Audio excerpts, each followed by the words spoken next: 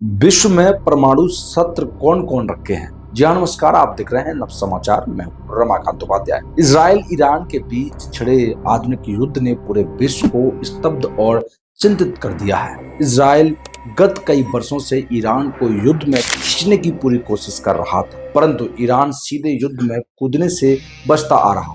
परंतु गत 13 जून को इजराइल ने ईरान पर एक बड़ा हवाई हमला कर दिया। इस हमले के कुछ ही समय बाद इजरायली प्रधानमंत्री नेतन्याहू ने अपने एक टीवी प्रसारण में इस हमले को उचित ठहराते हुए ईरान पर परमाणु बम बनाने का प्रयास करने का आरोप लगाया और अपनी चिंता दोहराई कि ईरान को परमाणु बम इजरायली को नष्ट कर सकता है। इजरायली ने ईरान के कई परमाणु वैज्ञानिक और शीर्ष सेना कमांडर भी मार दिए। इजरायल ने 13 जून को ईरान पर हमला उस समय किया जबकि 2 दिन बाद ही यानी 15 जून को ईरान और अमेरिका के मध्य परमाणु समझौता होने की तारीख तय थी और यह समझौता किसी निष्कर्ष पर पहुंचने की उम्मीद भी की जा रही थी। परंतु इजरायल ने समझौते के पहले ही हमला कर ईरान को बड़ा धोखा दे दिया। इजरायली हमले के बाद अमेरिकी राष्ट्रपति डोनाल्ड ट्रंप ने भी यह कहकर सबको चौंका दिया कि उन्हें इस हमले की पहले कोई जानकारी नहीं थी। इजरायली हमले के बाद अमेरिकी राष्ट्रपति डोनाल्ड ट्रंप ने भी यह कहकर सबको चौंका दिया कि उन्हें इस हमले की पहले से जानकारी थी और इस हमले में कई ईरानी कट्टरपंथी परमाणु वार्तालाप कर मारे गए। उन्हें ईरान की चेतावनी दी कि अगर वह समझौता नहीं करता तो वह बड़े हमले झेलने पड़ सकते हैं। यही नहीं बल्कि ट्रंप ने इजरायल की पीठ थपथपाते हुए इजरायली हमलों को शानदार बताया और कहा कि ईरान को परमाणु हथियार हासिल करने की इच्छा छोड़नी होगी।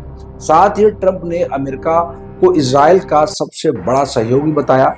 साफ है कि ईरान पर इजरायली द्वारा धोखे से किए गए इस हमले का अमेरिका भी बराबर का साझेदार है। अब जरा 2003 के उस दौर को भी याद कीजिए जब इराक में सद्दाम हुसैन का शासनकाल में तत्कालीन अमेरिकी राष्ट्रपति जॉर्ज डब्ल्यू बुश प्रशासन ने यह दावा किया था कि सद्दाम हुसैन के पास रासायनिक, जैविक और संबंधित परमाणु हथियार भी हैं जो वैश्विक सुरक्षा के लिए खतरा हो सकता है। ये दावा खुफिया जानकारी पर आधारित बताया गया था। इसी खुफिया जानकारी को बहाना बनाकर अमेरिका ने ऑपरेशन इराकी फ्रीडम के नाम से इराक पर बड़ी सैन्य कार्रवाई की और इराक को तबाह करके छोड़ा। यहाँ तक कि स्थानीय अदालत का गठन का सद्दाम हुसैन को फांसी पर चढ़ा दिया। इराक में सत्ता परिवर्तन के बाद वहां रासायनिक, जैविक और सामूहिक विनाश के हथियार होने की जानकारी गलत साबित हुई। वहां ऐसे हथियार होने के कोई सबूत नहीं मिले। जग जाहिर है कि अमेरिका और द्वारा इराक पर सैन्य कार्रवाई वहां के तेल संसाधनों पर नियंत्रण और मध्य पूर्व में अमेरिका सामरिक प्रभाव बढ़ाने की इच्छा के तहत की गई। इराक की तबाही व सत्ता परिवर्तन के बाद अमेरिका ने ये तर्क भी दिया था कि सद्दाम हुसैन का तानाशाही शासन इराकी जनता और क्षेत्रीय स्थिरता के लिए हानिकारक था। बहरहाल आज वही अमेरिका जिसने केवल इराक की तबाही करने की कोशिश नहीं की बल्कि वह जापान पर 6 और 9 अगस्त 1945 को परमाणु बम गिराने की भी गुनाहगार है। वह अमेरिका को Korea, Guatemala, Indonesia, Cuba, Congo, Laos, Vietnam, Cambodia, Grenada, Lebanon, Syria, Libya, El Salvador, Nicaragua, Iran 1987, Panama, Iraq, Kuwait, Somalia, Bosnia, Sudan, Afghanistan, गोलिस्तानिया जैसे देशों पर हमले करने व वहां की सत्ता को स्थिर करने की जिम्मेदार हो।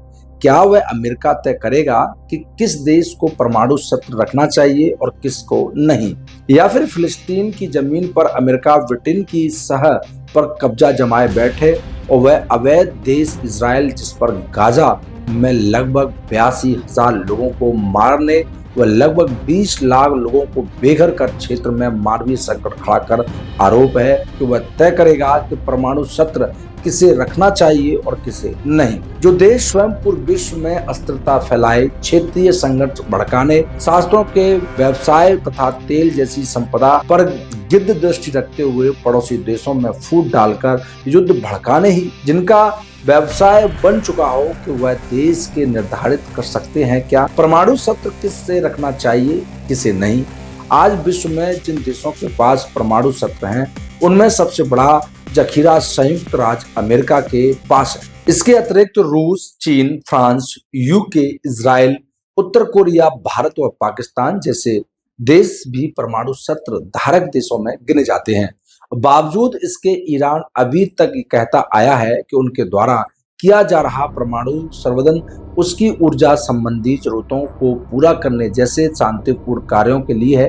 फिर भी यह क्यों जरूरी नहीं कि मानवता का सबसे बड़ा हत्यारा देश इजराइल, जो कि भूखे निहत्थे बच्चों व बुजुर्गों और औरतों का लगातार नरसंहार करता आ रहा है, जो अभी सैन्य शक्ति और अमेरिका का सह के बल पर अपने कब्जे की जमीन का लगातार विस्तार करता जा रहा है, जो उस पनाह देने वाले देश फिलिस्तीन के लोगों को यही उनकी मातृभूमि का बेदखल करने की साजिश रच रहा हो, जो अमेरिका के इशारे पर पूरे मध्य एशिया में फूट डालने वाली राजनीति कर रहा हो।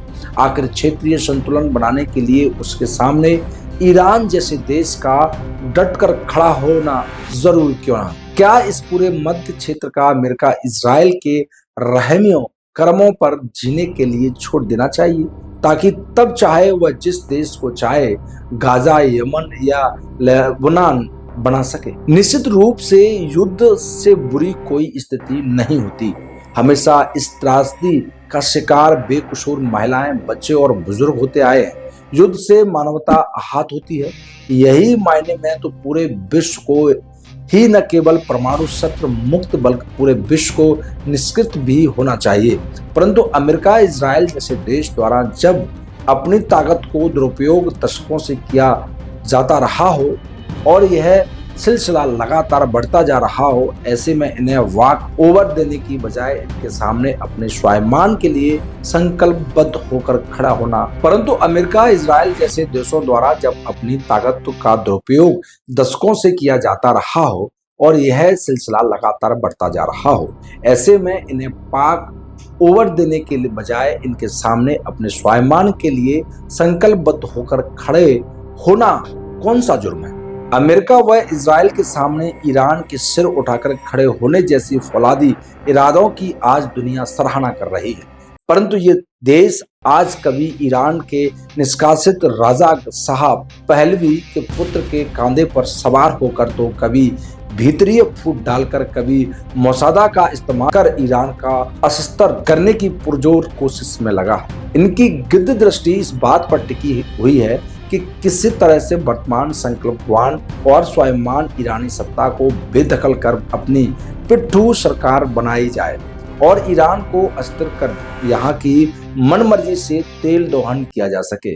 परंतु शहादत को अपना आभूषण समझने व दास्तान ए करवाल से प्रेरणा लेना वाला यह देश अमेरिका व इजराइल की घुड़कियों को कुछ भी नहीं समझ रहा है। क्या ईरान को आत्मरक्षा का अधिकार नहीं? क्या नरसंहार की इबारत लिखने वाले देश की यह तय करेंगे कि परमाणु शस्त्र कौन रखे और कौन ना रखे? तमाम ऐसी खबरों के लिए हमसे जुड़े रहें, देखते रहें नव समाचार, बेबाक खबर हर समय। नमस्कार।